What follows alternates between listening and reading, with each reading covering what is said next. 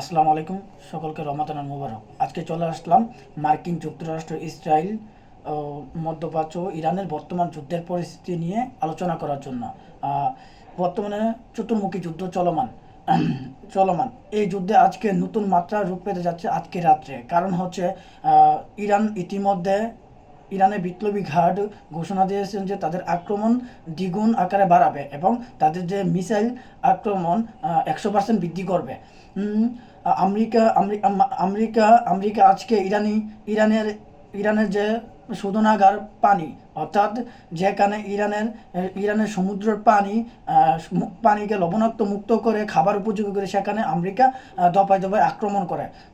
তারপরে ইরান পাল্টা আক্রমণ করে এই অঞ্চলে থাকা বিভিন্ন দেশে আমেরিকাদের ঘাঁটিদের উপর দফায় দফায় আক্রমণ করে ইরান।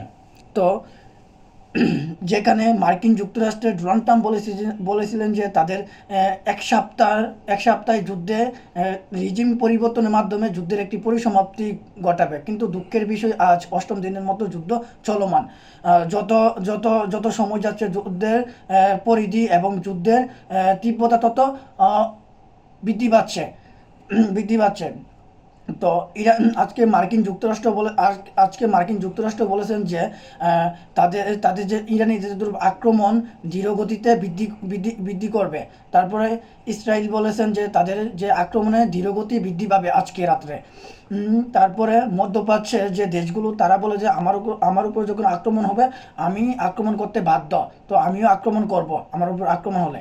এই যখন যুদ্ধের বর্তমান পরিস্থিতি, যুদ্ধের পরিস্থিতি যুদ্ধ তত তীব্র হচ্ছে। তবে দৃশ্যমান কোনো সমঝোতা দেখা যায় না যে যুদ্ধের পরিসমাপ্তি ঘটার। তো যুদ্ধ বাড়তেই আছে। এই হচ্ছে বর্তমান পরিস্থিতি।